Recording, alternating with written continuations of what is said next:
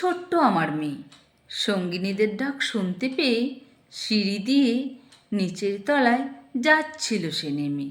অন্ধকারে ভয়ে ভয়ে থেমে থেমে হাতে ছিল প্রদীপখানি, আঁচল দিয়ে আড়াল করে চলছিল সাবধানে।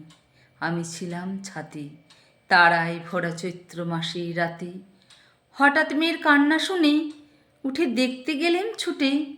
সিঁড়ির মধ্যে যেতে যেতে প্রদীপটা তার নিভে গেছে বাতাসেতে।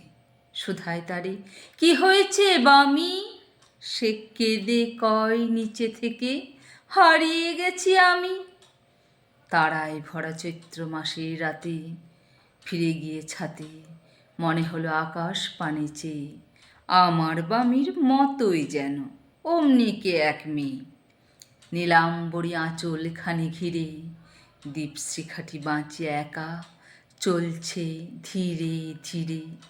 নিভত যদি আলো, যদি হঠাৎ যেত থামি, আকাশ ভরে উঠত কেঁদে, হারিয়ে গেছি আমি।